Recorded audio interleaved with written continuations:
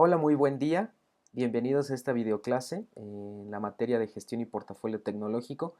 El día de hoy vamos a continuar con dos temas importantes. El primero de ellos es retomar los pasos de la administración y gestión de un portafolio de innovación. Y segundo, vamos a hablar de las métricas y un ejercicio con cada uno de sus proyectos. Uno de los primeros pasos para analizar de qué manera se está administrando el portafolio en la organización tiene que ver con los factores estratégicos de la industria. Y lo hemos visto en las distintas lecturas de la clase. El portafolio de innovación está vinculado con la estrategia. ¿Cómo se construye esa estrategia? Bueno, ¿qué tan bien informado estoy acerca de los cambios en la industria? ¿Quiénes son los competidores principales? ¿Quién está invirtiendo la mayor cantidad de recursos y de tiempo en el desarrollo de productos en esa industria? Por lo tanto, hay preguntas orientadoras para poder detectar de qué manera esos competidores nutren mi proyecto y yo estoy en contacto con ellos. Las dos primeras preguntas que quiero que respondan en el foro que va a estar debajo de este video en la plataforma son: ¿cuál consideras que es la principal problemática de tu organización y tu industria? Y segundo, ¿tu proyecto encara la realidad de tu organización desde una postura estratégica? Aquí es importante que haga un análisis primero de lo que ocurre en su industria y lo que ocurre al interior de su organización, un poco para alinear estos factores estratégicos. Es importante mencionarles que a lo largo de esta clase va a haber participaciones diversas en los foros. Entonces yo les voy a invitar a que por favor hagan pausa a este video y regresen a la plataforma para comentar. Yo estaré conectado de igual forma para poder comentar sus aportaciones en los correspondientes foros. Esto corresponde a la participación del foro 1. Modeliza los factores estratégicos de tu industria. Gracias. Continuando con la clase, vamos a analizar los factores clave, sobre todo en el diseño y proyección de ese portafolio.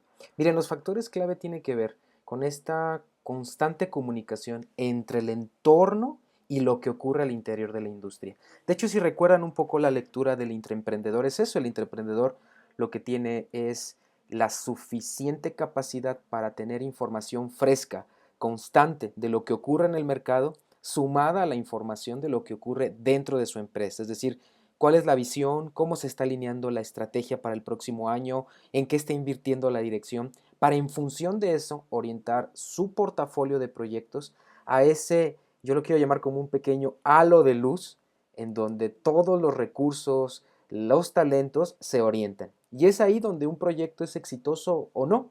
Bueno, entre esos factores clave, y es un poco a nivel de reflexión, esto lo analizamos la clase presencial, pero quiero retomarlo para aquellos que no pudieron asistir a la clase el pasado sábado y que quede como un documento en donde ustedes puedan hacer esas reflexiones, por supuesto con su propio proyecto. Primero, ¿quién es su competidor directo? Cuando los competidores son fuertes, innovadores, entonces tendemos a tratar de alcanzarlos, ¿no? Y alcanzar esa capacidad nos invita a invertir mayor tiempo y recursos para hacerlo. ¿Cómo son las decisiones de nuestros competidores y cómo modifican nuestras decisiones? ¿Hay un nuevo producto? ¿Qué características tiene? ¿Cómo nos hace cambiar nuestros prototipos? ¿Cuál es nuestra posición en la industria? Si somos líderes, seguidores, ¿a quién queremos parecernos? ¿Cuál es tu apetito para el riesgo? Y yo quiero recalcar esta parte del riesgo. Miren, uno de los elementos fundamentales en la orientación emprendedora es el riesgo. Uno de los mayores detonadores de los proyectos de innovación es qué tan dispuestos estamos a adoptar el riesgo y cómo dialogamos con él. Dialogamos simplemente por la inversión de recursos, dialogamos simplemente porque queremos aventarnos, dialogamos porque es una cultura, es un elemento de cultura en nuestra industria. ¿Por qué nos gusta tomar riesgos? ¿Tu organización lo cobija, lo rechaza, es más pasiva, es más activa, busca perfiles gerenciales con un alto nivel de riesgo o los minimiza? ¿Cuál es la tasa de precios de materia prima en la industria? ¿Cómo enfrentar el cambio de precios de materia prima? Si es que mi proyecto tiene ese tipo de características. ¿Qué tan rápido la tecnología está cambiando? el impacto de la globalización en mi industria, de qué manera ha propiciado nuevos mercados y qué tan enterado estoy. Un poco lo que yo les comentaba es qué tan, tanta información fresca o tanta información nueva tenemos al alcance, quién es nuestro oráculo, nuestra bola de cristal para tener información del medio. ¿Y cómo es la innovación en mi industria? ¿Es estable, es incremental o es transformacional? Por supuesto que la industria tecnológica es transformacional, sin embargo hay otras industrias como la manufacturera que es más estable, es poco a poco incremental. Yo en mi contexto de la industria de calzado, pues bueno, es un poco estable, moviéndose incremental, incremental en el sentido de distribución, cómo acerco a los zapatos, a los nuevos clientes, cómo les doto para que los personalicen. Sin embargo, pues bueno, si ustedes analizan las tendencias, el zapato ha cambiado muy poco a lo largo de los últimos 10 años. Vamos a hacer este pequeño trabajo de manera virtual. Yo lo puse trabajo en parejas. Sin embargo, yo les pido a los que estén conectados por la tecnología que sea de manera individual, porque la temática de este mural y el objetivo primordial de este mural es que veamos todos los que estamos en el grupo de nuestros proyectos, quiénes son nuestros competidores, cómo nos modifican, por qué. Porque puede ser que algunos de sus proyectos compartan competidores. Hay empresas muy grandes que tienen divisiones de distintas secciones de productos y puede ser que el competidor para un proyecto que está muy alejado del mío sea el mismo y eso significa poder unir fuerzas en sus proyectos. Entonces, por favor, en la plataforma ustedes van a dar clic a la sección que dice mural y van a responder las siguientes preguntas. Simplemente hacen doble clic sobre el mural y se va a abrir. Lo único que les pido, por favor, en la aportación es que inserten su nombre para saber de quién es. ¿Quién es tu principal competidor y por qué? ¿Cómo las decisiones de tus competidores modifican las tuyas? ¿Cuál es tu posición en la industria? ¿Qué riesgos estás dispuesto o dispuesta a tomar por tu proyecto? Y si tu industria u organización es pasiva o activa en el tema de innovación y por qué. El mural se ve así, como pueden ver, y ustedes hacen doble clic sobre estas pequeñas símbolos de más y por favor, si pueden comentarlo. Muchas gracias. El segundo paso es definir las características o criterios del portafolio de innovación. En esta sección se discuten los criterios que ustedes tendrán para evaluar los proyectos o ideas dependiendo de los factores estratégicos de cada industria y de cada mercado en los que compiten. Aquí es importante porque aquí es donde se relata la heterogeneidad de los portafolios dependiendo de la propia complejidad de la industria y si son intraemprendedores de su propia organización. Ahí se unen los artículos 1 y 2, como la organización, en dado caso de ser un proyecto interno, entiende ese portafolio como una ventaja competitiva, porque si lo entiende como una ventaja competitiva, le va a invertir tiempo y recursos. Aquí es, en esta sección, desarrollar una lista de criterios que son importantes para mí. Yo puse como ejemplo el proyecto de una empresa de servicios e-learning. Las preguntas detonadoras es, ¿cuál de los proyectos de este macro proyecto son aquellos que pueden desarrollar éxito técnico y comercial? Es decir, la propuesta de una plataforma para cursos en línea, la venta de aplicaciones para conectar clientes o para conectar profesores y alumnos. Hablo del proyecto de servicios de e-learning, que ahorita les cuento un poquito más del plan de negocio de esa idea y de esa empresa que tuve la oportunidad de formar y que recibí un premio como joven emprendedor. ¿Qué características tienen mis clientes? Tengo detectada la demografía a la cual directivos de escuela, directivos de organizaciones privadas o los directores de recursos humanos con X, Y características, con tal sensibilidad en mi caso al uso de tecnología, con la necesidad de ahorro de recursos, etcétera. ¿Qué proyectos me pueden ayudar a colocar la idea de la empresa en el siguiente nivel? Aquí es importante tener una pequeña lista de quiénes son mis posibles socios o quiénes quisiera que fueran mis posibles socios e inversores. ¿A qué nivel quiero llevar la empresa?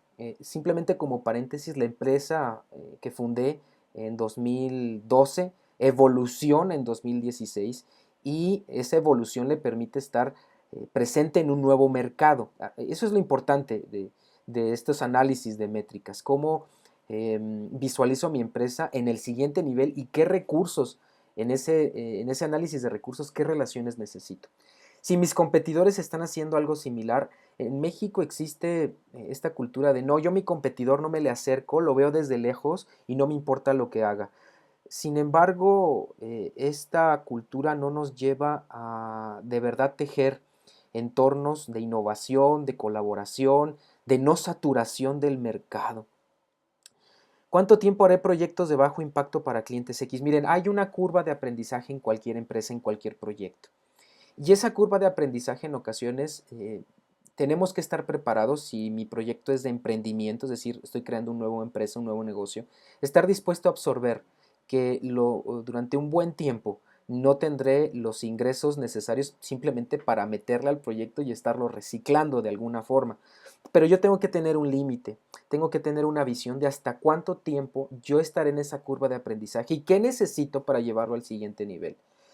La otra pregunta es, ¿cuál es mi ventaja competitiva y si estoy alineado a esos proyectos de alto impacto? La ventaja competitiva puede ser la tecnología, puede ser una buena detección de un nicho de mercado, puede ser la experiencia en el servicio. Y en una época líquida, como dice Zygmunt Bauman, cada vez estamos más en contacto con las emociones que nos generan los productos. Entonces ya no es tanto el producto per se, sino las emociones que estos nos generan.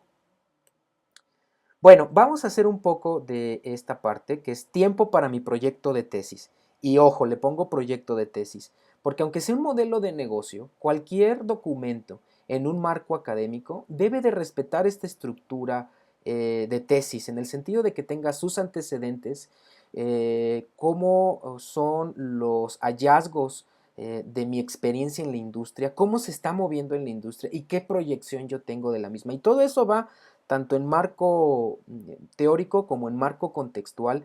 ¿Quiénes son los autores que hablan de mi tema de investigación? ¿Quiénes son las principales industrias que están compitiendo conmigo? ¿Cuál es mi proyección de mi industria en el mediano, en el largo plazo? Entonces, por favor, en el foro número 2, quiero que le pongan pausa a este video y se regresen al foro y por favor respondan, ¿cuáles son los proyectos que puedo desarrollar con éxito técnico y comercial? Miren, en su proyecto de tesis hay distintos microproyectos que va desde el prototipo, que va desde un estudio piloto, que va desde la primera reunión con mis directivos para presentarles el proyecto. Y esos son primeros pasos que se tienen que dar para lograr ese macroproyecto. ¿Qué características tienen mis clientes? ¿Qué pueden ser clientes internos? ¿Qué proyectos me pueden ayudar a colocar a la idea en el siguiente nivel? Y aquí es importante saber con qué personas, con qué recursos cuento, admiro y estoy en la mejor disponibilidad de hacer contacto con ellos. La siguiente pregunta, ¿mis competidores están haciendo algo similar? ¿Cómo me entero que están haciendo algo?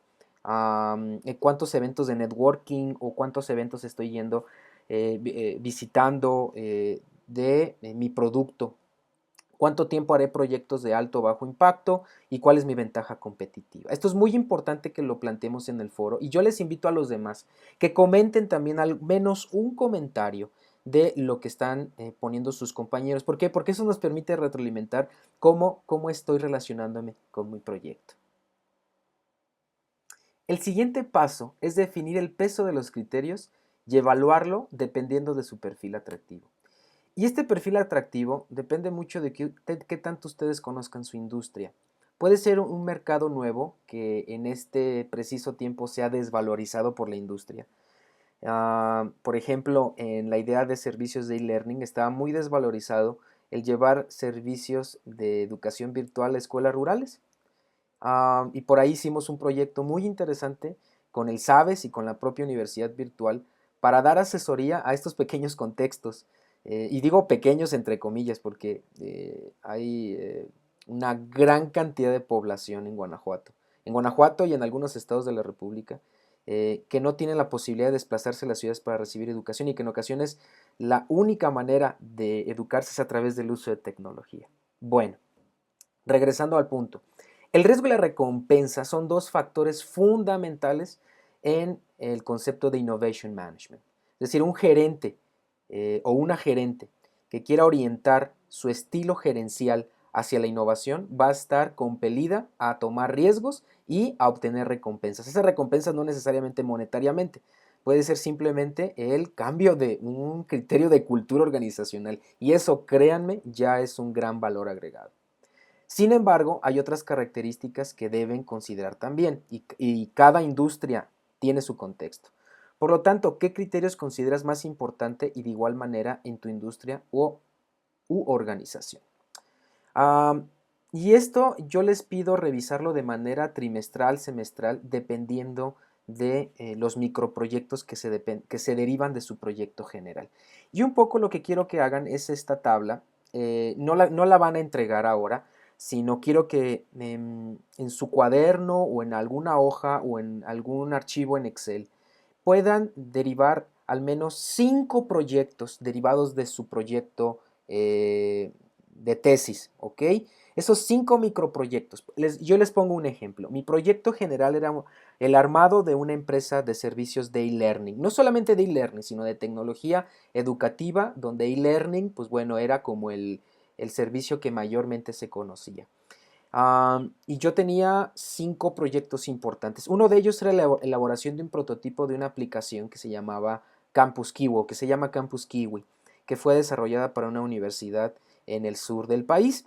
Este Campus Kiwi lo que tenía o lo que tiene como intención es conectar las necesidades de profesores y estudiantes. Y ahí fue muy interesante porque había mucha facilidad por parte del cliente para adoptarlo, pero nosotros teníamos un problema, no teníamos toda la infraestructura ni el conocimiento en ese momento, estamos hablando de 2013, para el desarrollo de una aplicación en los tiempos que nos lo pedían. Entonces, uh, tuvimos que ponderar qué de la malla de proyectos podíamos entregar en los tiempos y formas para seguir avanzando en el siguiente nivel de la industria.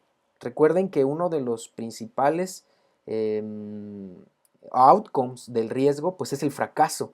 Y el fracaso en las primeras etapas, en las etapas iniciales de una empresa, el peso es muy, muy grande de absorber, sobre todo porque se están creando los vínculos de confianza y algo bien importante, los vínculos de legitimidad con el mercado. Es decir, esta empresa sí vende esto, sí lo entrega en tiempo y espérate, además lo entrega muy bien. Entonces, es poder medir qué de sus proyectos es lo más viable y que tengan esas pequeñas victorias. Alan Green habla de esas pequeñas victorias.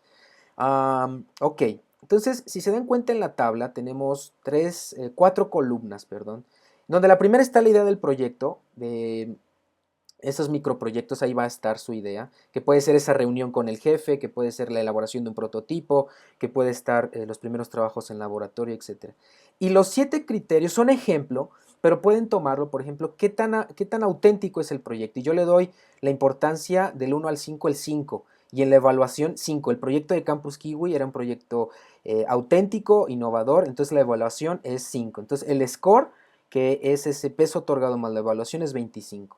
La probabilidad de éxito técnico, bueno, el peso otorgado yo le ponía 3, pero realmente yo tenía la posibilidad de éxito técnico de 1. ¿Por qué? Porque no teníamos los servidores necesarios todavía, teníamos 3 meses en la empresa, éramos 5 personas en ese momento y los ingenieros estaban un poco en el debate de qué lenguaje utilizar, es decir, teníamos poco éxito técnico, sobre todo en los tiempos que nos marcaba el cliente. La probabilidad de éxito comercial, bueno, el peso otorgado que le dábamos era 4 porque nosotros visualizábamos que además de ese cliente podíamos tener otro. En la evaluación nosotros le pusimos 2 porque era un cliente muy específico y todavía cuando hicimos el análisis de mercado no era muy aceptado este tipo de aplicaciones por cuestiones hasta de bullying, de confidencialidad, etcétera. Es decir, se requiere mucho de la cultura de la industria para adoptar esas innovaciones. La propiedad intelectual tampoco tenía, era importante, pero no teníamos todavía todo el know-how en ese momento. La ventaja competitiva y la creación de lazos de colaboración. Es decir, cómo ustedes evalúan bajo esos criterios y al final viene un total que es la suma. Y ustedes pueden entonces ponderar de esos 5 proyectos cuál es el proyecto con el cual voy a arrancar. ¿Por qué? Porque tiene un mayor peso para mí y en la evaluación sale muy bien colocado. Es decir, no estamos dando pasos a tientas. Y créanme, esto es el primer paso para un portafolio de algún proyecto de innovación que queramos que sea bueno, que sea exitoso, que sea real. Tenemos muy buenas ideas, todos. Lo que falla realmente es qué tan aterrizados tenemos esas buenas ideas con la realidad y con la factibilidad de que la realidad realmente las adopte. ¿Ok? Entonces, por favor, yo les pido que pongan pausa a esta sección del video de nuevo y en una hoja, en un cuadernito, pongan cinco ideas derivadas de su proyecto y cómo salen evaluadas. Pueden ustedes utilizar estos 7 criterios o pueden ingresar algún otro que dependiendo de la naturaleza de su proyecto o de su propia industria. La evaluación del riesgo en el portafolio de innovación, derivado un poco de las métricas que hicimos del ejercicio pasado, uh, termina de una manera resumida en la siguiente tabla, donde si se fijan en el eje X, perdón, y en el eje Y está tanto los dos elementos fundamentales que comentamos, recompensa y riesgo. Lo que un buen administrador de este tipo de proyectos busca es colocarlo en el cuadrante superior izquierdo. Proyectos que tengan un alto nivel de recompensa y un bajo riesgo. Aquellos proyectos que tengan un alto riesgo y una baja recompensa es minimizarlos. Ahora, de los 4 proyectos, 5 proyectos que elaboraron en su pequeño cuaderno y en su hoja, si pueden dibujar estos ejes, ¿en dónde colocarían cada uno? Aquellos que se coloquen en este cuadrante superior izquierdo, como les comento, es donde deben de embonar y orientar sus esfuerzos en este corto plazo, sobre todo aquellos que están emprendiendo un nuevo negocio. ¿Por qué? Porque la factibilidad de éxito es mayor. La factibilidad lo que nos da es legitimidad en el mercado. Miren, las pymes desaparecen en el primer año derivado de eso, derivado de que le están tirando proyectos que tienen una baja recompensa y un alto riesgo, o viceversa. Se van simplemente por la recompensa económica, sin embargo tienen un alto riesgo. Cuando terminen eso, será necesario continuar con esta parte de identificación de riesgos. Miren, en innovación pocas veces se detecta, es decir, yo soy innovador porque tengo un nuevo producto. Se ve el producto pero no el proceso. Ah, Sin embargo, en el proceso la toma de riesgos es fundamental. De hecho, en mis resultados de una investigación que estoy haciendo, la toma de riesgos es la segunda dimensión más importante del emprendimiento. En las preguntas orientadoras de identificación de riesgo, yo les pido por favor que las mediten y las reflexionen. No es necesario que las escriban, pero es que sí las tengan muy presentes. El riesgo comúnmente nos da miedo, nos mantiene en un estado pasivo y también nos invita a poner peros, ¿no? Y de esos peros siempre en el entorno, pero poco un análisis muy consciente de cómo esos peros nacen de mí hacia el proyecto y hacia el entorno. Bueno, he identificado de manera correcta todas las situaciones de riesgo de mi proyecto, quiénes son o cuáles son y cómo me afectará. Si cuento con aliados calificados para soportar esos riesgos, es decir, si invierto 50,000 pesos para la construcción de un prototipo y no resulta bien, ¿qué aliados, qué socios tengo para soportar el peso al menos en el primer año? Sí he involucrado a personas clave en la identificación de riesgos, es decir, comparto mi documento con otros en la industria, pueden ser posibles competidores. Aquí lo importante es no tenerle miedo a la competencia y no tenerle miedo a entablar relaciones con esos competidores. Me he dado el tiempo y promovido para el pensamiento creativo e innovador para la identificación de riesgos. He desarrollado las lecturas, los análisis, fortaleciendo canales de comunicación, no solamente en lo empírico, sino también en la investigación para identificar riesgos. He recogido y documentado el registro de riesgos de otros emprendedores en mi industria. He utilizado datos de instancias gubernamentales o privadas como INEGI, como OSD, para la detección de esos riesgos en el mercado. He desarrollado planes de respuesta en función a esos riesgos que he identificado. Si el control de riesgos está en la fase de mis proyectos y cómo esto puede afectar el fracaso del proyecto. Aquí lo importante del emprendedor es cómo visualizo salir del fracaso.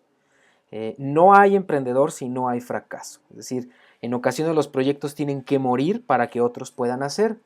Y aquí lo importante es qué representa el proyecto que estoy armando para esta maestría en esta línea de generación de proyectos. y cómo la innovación está presente en este preciso parte de mi vida como profesional, pero hacia dónde quiero llevarla y cómo ese proyecto me está ayudando a llevarla, ¿ok? Quien lo pone de una manera muy explícita, además muy cómica, es el doctor Astro Teller, que nos habla del beneficio inesperado de celebrar el fallo. Vivimos en una cultura donde el emprendedor y al propio empresario se le castiga con los fallos y es el parte del sistema educativo. Repruebas una materia y entonces es malo reprobar una materia. No tienes las ventas necesarias en tu empresa, entonces es un fallo y hay que recriminárselo al emprendedor, al empresario. No, existen culturas, por ejemplo, la asiática, en Japón o en Silicon Valley, donde el fracaso es parte del proceso de emprender, es decir, tengo que equivocarme para poder entender cómo se está moviendo esa industria. En esta parte de la videoclase, yo les pido por favor que pongan pausa a esta sección y vamos a ver el video del doctor Astro Teller y cómo celebrar nuestros fallos.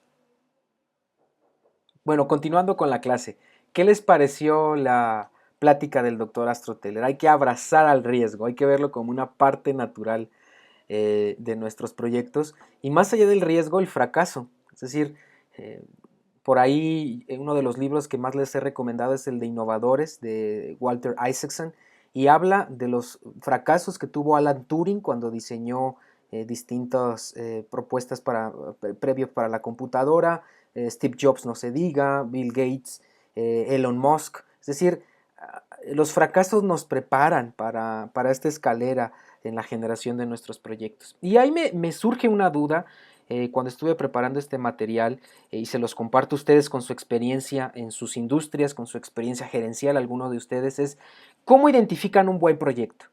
Si alguno de sus colaboradores llega con una carpeta, con un modelo de negocio, con una nueva invención, con un desarrollo, ¿cómo lo identifican? Recuerden el libro de Adam Grant, el de Originales, abre con una reflexión que Adam Grant hace acerca de sus estudiantes. En cuanto a dos de ellos se le acercan, le presentan un buen proyecto, bueno, un proyecto, no quiero decir, bueno, no le quiero poner esa etiqueta, les presenta un proyecto. Este proyecto es una página web para vender lentes en línea. Adam Grant, como profesor y desde una visión muy racional, dice, no, pues, ¿quién va a querer comprar lentes en línea, no? Se tienen que ver, se tienen que tocar, es algo que ya industrias como Amazon, como eBay lo hace. ¿Cuál tendría, qué porcentaje de éxito tendría una plataforma particular de venta de lentes en línea? Sin embargo, años después, cuando presentan la idea a estos dos estudiantes, pues fundan Warby Parker, que es una de las industrias más importantes de venta de lentes online. Y eso me lleva a la reflexión. Ustedes mismos, ¿cómo identifican un buen proyecto? ¿Cómo invitan a otra persona, a un inversor, a sus jefes, a personas de su medio, personas accionistas que pueden ser de su idea? ¿Cómo identificar un buen proyecto? Si mi proyecto es una buena idea y por qué, y en qué etapa me encuentro de ese gran proyecto. Para ello va a estar el foro correspondiente a la identificación de un buen proyecto que está abajito de este video para que puedan verlo y comentarlo. Vamos a ver un poco de las métricas cualitativas y cuantitativas. Queda claro que es simplemente un diseño. Al fin y al cabo, una métrica es un indicador, ¿ok? Y ese indicador nos va a permitir saber cómo está el proyecto en función a lo que planeé y a lo que estoy logrando en el tiempo en el que yo tenía predispuesto para ello. Y ahí lo importante es estar cómodo con lo incierto. Zygmunt Bauman, uno de los grandes filósofos del siglo XX, hablaba de estar cómodo con la incertidumbre. Manuel Castells, también como un gran comunicólogo, hablaba de que las comunicaciones son más fluidas, pero en ocasiones no sabemos qué vaya a resultar y el mundo se comporta de manera poco racional. Si ustedes visualizaran en principios del 2016 o finales del 2015 hablar de que Donald Trump fuera el presidente de Estados Unidos en 2016, 2017, pues era un escenario improbable por la parte estadística y cómo estaban las votaciones, ¿no? los esquemas probables de votaciones. Sin embargo, en un mundo dedicado a lo incierto, pues ahí lo tienen, ¿no? Entonces, Las métricas al fin y al cabo no son camisas de fuerza, son indicadores que nos ayudan un poco como a orientar, como para dónde poder mover nuestro proyecto. Lo que sí es importante es regresar a ellas de manera constante para saber si estamos logrando y si estamos midiendo nuestro proyecto como deberíamos medirlo. Y en ese sentido yo quiero proponerles dos, unas de orden cualitativo y otras de orden cuantitativo. Las de orden cualitativo va más allá desde mi línea de investigación, que es las redes de colaboración. ¿Cómo estoy dispuesto a tejer estas redes? ¿Qué quiero de esas redes? Y sobre todo, ¿qué tan auténticas son esas redes? Miren, cuando uno establece redes simplemente por un beneficio económico, realmente no se alcanza a dar esa unión socioafectiva que hablan los teóricos de las redes de colaboración. Entonces, como no es auténtica, realmente la información no fluye, no le dedico el tiempo, no quiero hablar de que es una amistad, pero sí una red importante de colaboración. Um, y en ese sentido, estas preguntas de orden cualitativo, yo de igual manera les invito a complementarlas. Es, tengo acceso a los portafolios de los proyectos de mis competidores, sé que es complicado, pero por la cuestión de secrecía, por cada industria se mueve en distintas velocidades. Sin embargo, puedo buscar en internet algunos portafolios, cuáles son mis principales competidores y qué están haciendo en ese sentido, o con algunos conocidos de la industria. ¿Qué valoran en el desarrollo de sus proyectos mis competidores? Y posteriormente un análisis con mi propia idea y cómo estoy armando mi idea. Tengo un balance correcto entre los proyectos incrementales y transformacionales. Esta parte de incremental y transformacional, acuérdense que la vimos en la videoclase pasada. Estoy introduciendo innovaciones transformacionales en mi industria. Conozco si son bien recibidas. Recuerden que mover el status quo de una industria en ocasiones no es bien recibido. Y perdón que referencié tanto a Apple, pero tengo contexto a través de distintas búsquedas literarias.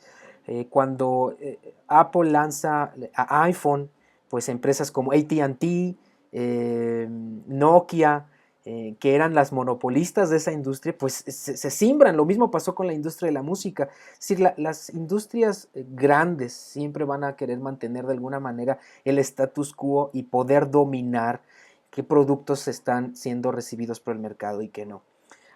¿Ustedes cómo perciben a su industria? ¿Lo recibe este cambio transformacional o lo resiste? ¿Qué marcas son pivote en innovación y desarrollo en la industria en las cuales ustedes están dirigiendo su proyecto? Y si tengo acercamiento con ellos. Un poco de las preguntas cuantitativas, y como les digo, al fin y al cabo una métrica es un indicador, es qué radio existe, ¿no?, entre el capital invertido en las etapas tempranas del proyecto y en el retorno en las ventas. ¿Qué tanto de lo que invertí en un inicio estoy retornando en ventas? Puede ser al año o a los 2 años. Obvio, aquí es importante la parte de la proyección. Pueden hacer un estudio de ROI o un estudio de reingreso de los capitales iniciales. Ustedes ya definen qué herramienta financiera utilizar. De igual manera, la composición del portafolio de proyectos en etapa de ventas comparado con el portafolio inicial de planeación, ¿cómo está? Hay productos que podemos tener al inicio como nuestros productos estrella, sin embargo el mercado no lo recibe tal cual. ¿Cómo estoy visualizando esos productos que voy a lanzar o ese producto que voy a lanzar? Y qué modificaciones voy a tener en el tiempo y cuánto me va a costar hacerlas, ¿ok?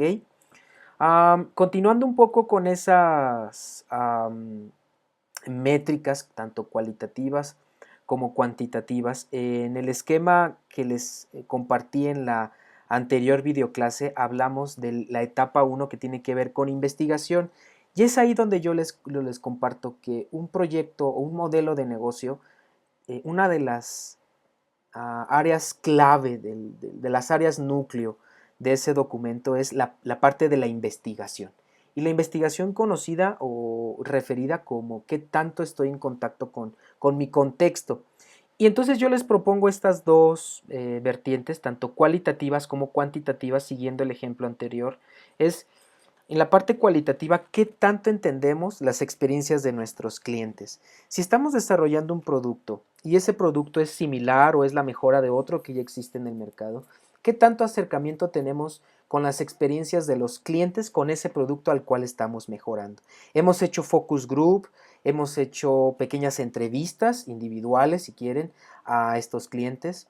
¿Qué también entendemos las aplicaciones tecnológicas en el mercado de lo que estamos realizando? Muchos de ustedes están desarrollando productos científicos. Bueno, ¿qué aplicaciones industriales, a qué mercado en específico quiero dirigirlo? Porque la aplicación industrial sin duda va a modificar mi prototipo. ¿Quiénes son nuestros gurús o bolas de cristal en el futuro de la industria? Si tengo una duda hacia dónde va la industria, ¿a quién consulto? Y no necesariamente tiene que ser a alguien que yo tenga físicamente y que pueda platicar o entrevistar.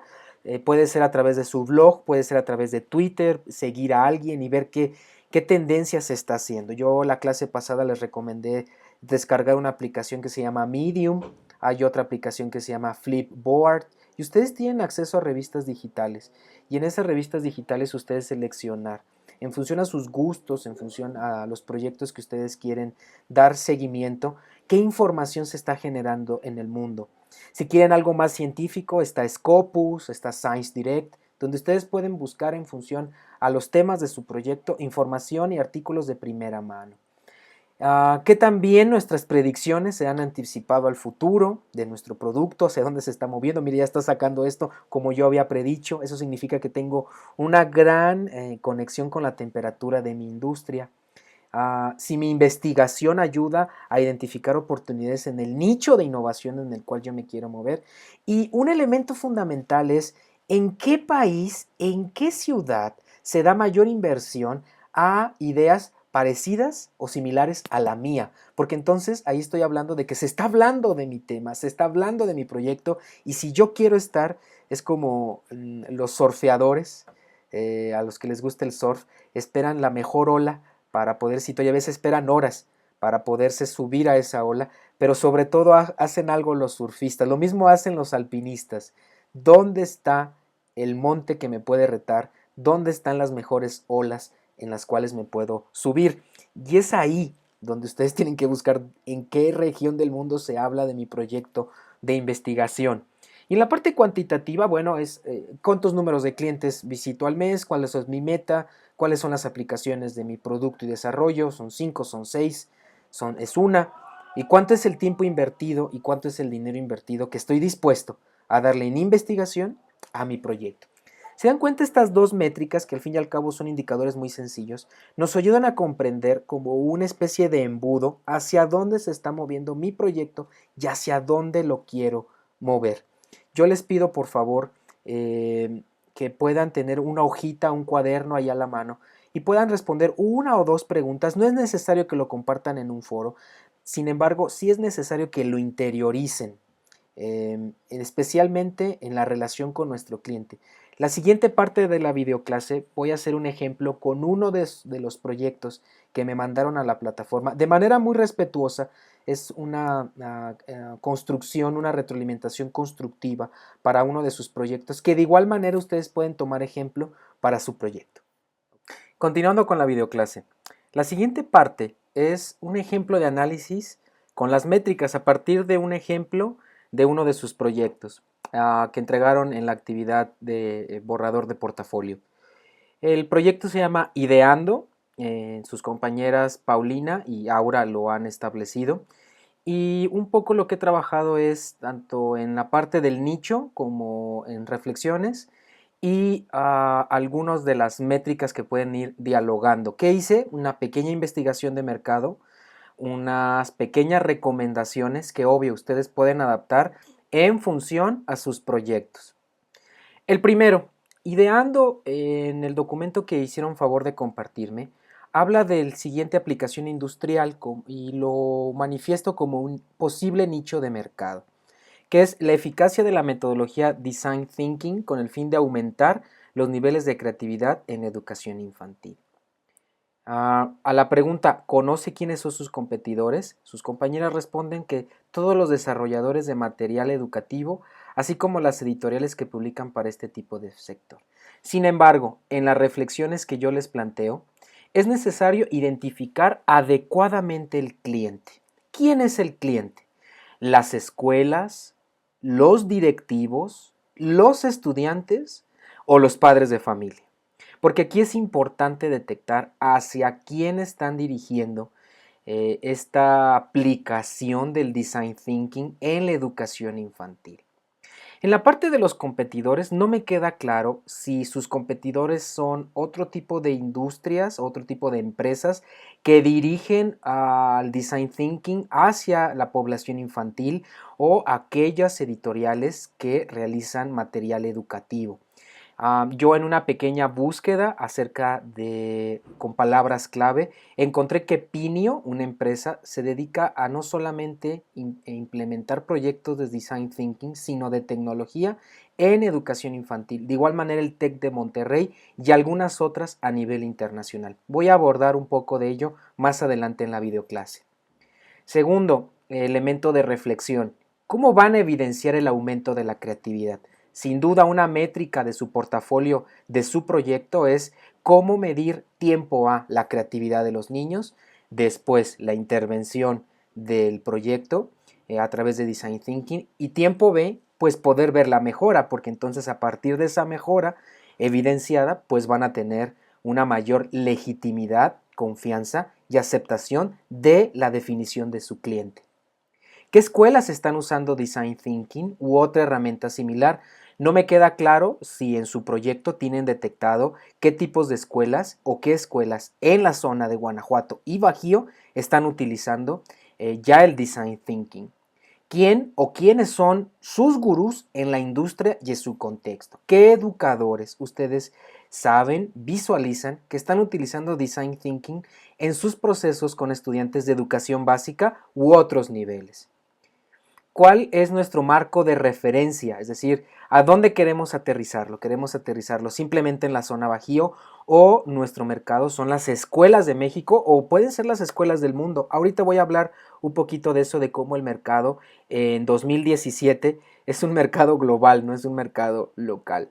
Tenemos pruebas piloto. ¿Qué metodología usamos? Si ustedes están hablando de Design Thinking como una herramienta para impulsar la creatividad en los pequeños niños, ¿qué investigaciones han hecho al respecto? ¿Han piloteado? ¿Han publicado esos resultados?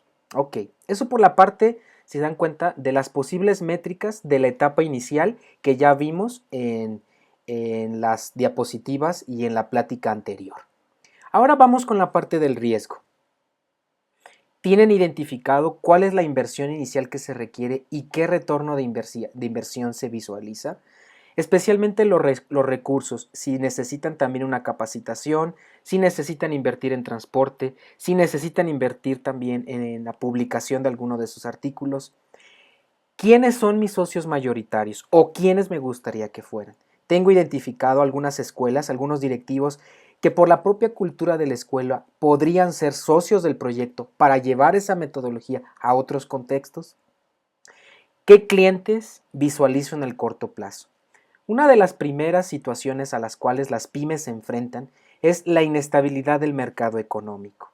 Por lo tanto, deben de tener muy claro la relación con clientes al corto plazo para que a partir de sus clientes puedan generar inversiones, puedan generar ingresos para la empresa para mantenerse en el primer año, que es el primer año más difícil para cualquier empresa. Y la última pregunta, ¿qué estoy dispuesto o dispuestas, en su caso, a perder por el proyecto? Cualquier proyecto habla de aprendizaje, de desaprendizaje, de ganancia y de pérdida. ¿Qué están dispuestas a perder? ¿Qué están dispuestas a desaprender a partir de esta vida que le dan a su proyecto de ideando? Yo me pensaría también la parte del nombre, porque me recuerda mucho la idea de Tom Kelly y de IDEO, que es la empresa que da origen a Design Thinking. Yo me la pensaría un poquito para que no fuera más similar y como pensado más en el cliente al cual está dirigido. Ok, vamos a empezar un poco con el análisis ejemplo, que en su parte de su documento de tesis iría como el marco contextual, que es este pequeño embudo desde lo general hacia lo particular. Ok, yo en las búsquedas de posibles competencias y aliados para su idea, encontré algo que se llama We Learn It, que es un esfuerzo de la Unión Europea por atraer tanto la aplicación de tecnología como el design thinking en los estudiantes de nivel básico. Aquí lo pueden ver en su página que se escribe We Learn It, y aquí lo que menciona es que ofrece un aproximamiento al design thinking y al desarrollo de productos a partir de este aprendizaje acelerado. Se facilita además la creación de redes de colaboración entre profesores y estudiantes, la aproximación internacional, la parte de la tecnología, cómo se inserta en el proceso de diseño y prototipado, y herramientas de evaluación de este proceso. De igual manera, les hablaba de un competidor importante que se llama Pinion Educators, y la página de Pinion Educators lo que nos habla es de cómo vende la experiencia, y es aquí donde es bien importante, no solamente para el proyecto de Ideando, sino para los demás proyectos. ¿Qué realmente estoy vendiendo? ¿Estoy vendiendo un producto, algo tangible, o estoy vendiendo la experiencia que genera ese producto al tenerlo o al usarlo? En el caso de Pinion, la mercadotecnia que están utilizando es mucho visualiza el futuro. ¿Cómo será la escuela del futuro? ¿Cómo será el aula del futuro? Y uno como padre de familia, a los que son papás del grupo, pues uno siempre quiere estar generando las mejores experiencias para sus hijos. Es decir, la mercadotecnia aquí está dirigida a los padres que desean una experiencia diferente, una experiencia enriquecedora para sus niños a través de este uso de las herramientas como design thinking, como tecnología. Y aquí viene la pregunta para su proyecto. ¿Cómo están vendiendo ustedes la experiencia? ¿Les queda claro a ustedes primero cuál es la experiencia y cuál es su cliente? Aquí queda muy claro quién es su cliente. Al inicio de clase hablábamos de sus intereses en el área de mercadotecnia. Ok, la cornerstone de la mercadotecnia, la piedra angular, es quién es su cliente, qué tan prototipado tiene su cliente, qué demografía, qué vínculos ustedes tienen con otras empresas del medio que les acerca información de sus clientes, qué herramientas tecnológicas tengo a la mano para nutrirme de big data, de alguna manera, de las decisiones que hacen las demografías de mis clientes. De igual manera, una herramienta que es fundamental en cualquier análisis de mercado, y yo lo quisiera es verlos en sus trabajos de tesis, el uso de esta herramienta, porque además les da contexto, les ayuda a entender hacia dónde están las tendencias, es Google Trends.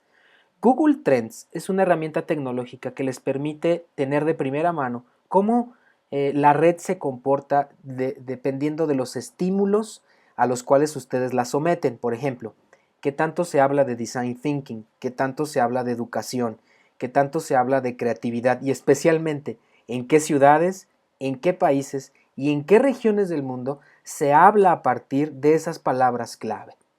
Teniendo ese contexto, ustedes pueden preguntarse, Design Thinking, ¿qué país del mundo está hablando de Design Thinking? ¿Y por qué se está hablando ahí? Cuando se habla en una región mucho de un tema, se puede decir entonces que se está preparando para recibir distintas propuestas en ese tema en específico. En pocas palabras, que el caldo de cultivo está listo para que una propuesta utilizando esa palabra, esa herramienta, nazca de mejor forma. En palabras de un autor hindú, Panda, diría que las redes de colaboración están dispuestas a tender esos puentes con aquellos emprendedores que tengan una idea en ese tema en específico. Ok, yo me daría la tarea de buscar en Google Trend tres conceptos del tema ejemplo que estoy tomando. Busqué Design Thinking, busqué educación y busqué creatividad. Y me llevé sorpresas muy interesantes. Para ingresar a Google Trends, ustedes simplemente ponen google.com/trends, como tendencias en inglés, y le dan enter, y ustedes pueden en la parte superior determinar cuáles son los conceptos que quieren buscar y cómo han evolucionado, no solamente en ciertas regiones del mundo, sino a través del tiempo. Design Thinking, como pueden ver en la gráfica que se presenta en la diapositiva, desde el año 2004 ha crecido la tendencia de buscar este concepto. A principios del 2004 tenía alrededor de 25 millones de búsquedas. en un planeta donde existen 6.000 millones de habitantes, donde alrededor de 1 de cada 3 tiene acceso a computadora, pues realmente era una búsqueda muy, muy poca. Sin embargo, a partir del año 2016, ustedes pueden visualizar que llega a 100 millones de búsquedas. Es decir, hay más gente interesada en el tema. Aquí la siguiente pregunta es, ok, ¿dónde están buscando más ese tema? Aquí lo interesante es que en el último año, una región del mundo que ha despegado en la búsqueda de este concepto de design thinking es Singapur. Bueno, ¿y dónde queda Singapur, no? Singapur queda en el sudeste asiático y aquí lo interesante es que Singapur, si ustedes analizan los indicadores de crecimiento y consolidación económica, Singapur es una economía que está empezando a hacer las cosas bien, empieza a consolidarse, sus pymes empiezan a vivir un poco más, de medianas empiezan a consolidarse a medianas, es decir, el entorno económico está nutritivo para emprendimiento.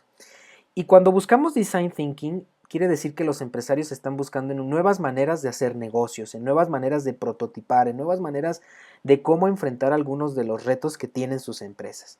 En segundo lugar, Santa Elena, que es una pequeña población, Nueva Zelanda, Australia y curiosamente de los países latinoamericanos, Perú. ¿Qué ciudades del planeta están buscando información de Design Thinking? Y para eso voy a irme al explorador. Y en el explorador tengo información también muy, muy importante. Miren, en el explorador ustedes en Google Trends, como pueden observar en pantalla, están los términos de búsqueda de Design Thinking, educación y creatividad.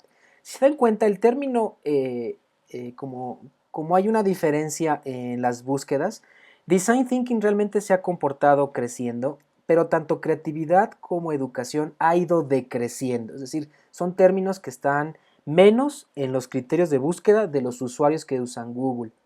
Cuando hablamos de educación o cuando hablamos de Design Thinking o creatividad, yo lo que hice en estos filtrados, que ustedes pueden entender estos filtros como todo el mundo o México, aquí están las fechas, etcétera. Ustedes pueden ver que en la cuestión de Design Thinking, uno de los estados que mayor habla del tema es Nuevo León, seguido de Querétaro, seguido de Jalisco. Entonces me preguntaría, ¿qué pasa en Nuevo León acerca de Design Thinking? Tengo contactos en Nuevo León o en algunas zonas de la región de los estados, en el primero top 3, con alguna escuela, con alguien que esté familiarizado con el tema de Design Thinking y educación en estos estados. Vean lo que ocurre también en Sonora, en Chihuahua y en Baja California. Curiosamente, Baja California coincide en las tres búsquedas, coincide en educación, coincide en Design Thinking y coincide en creatividad como uno de los estados que aparece con mayor interés en la zona. Miren, este mapa al final lo que intenta es decir, de mis criterios de mi proyecto, de mis palabras claves de mi proyecto, ¿qué estado de la República se está buscando más información? Porque aquí significa que está pasando algo. Vean dónde sale Guanajuato. Guanajuato en Design Thinking no hay tanta predisposición a buscarlo, sin embargo en educación y creatividad sí. Vean en Chihuahua, vean en Monterrey es donde hay una mayor, en Nuevo León, perdón, en Nuevo León donde existe una mayor búsqueda en los tres términos. Si yo me voy al mundo, estos mismos criterios, el fenómeno es muy interesante. Ustedes aquí pueden definir todo el mundo, le dan clic, esperan a que la pantalla se cargue.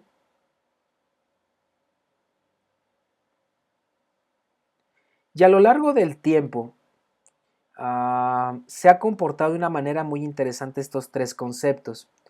El interés por región, por ejemplo, a nivel mundial, cuando hablan de Design Thinking, lo primero que buscan los usuarios es IDEO, es decir, la empresa de Design Thinking y Stanford. Diseño de servicios a través de Design Thinking, educación, por ejemplo, en educación prohibida, ese es un término muy buscado. En creatividad, creatividad promocional, Ken Robinson, creatividad. Pero cuando hablamos de Design Thinking, que es el tema fundamental, aquí lo que podemos quitar es estos términos de búsqueda.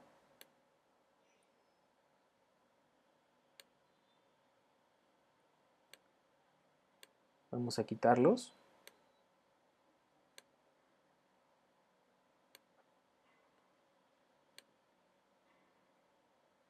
Simplemente vamos a dejar Design Thinking en el mundo, ¿ok?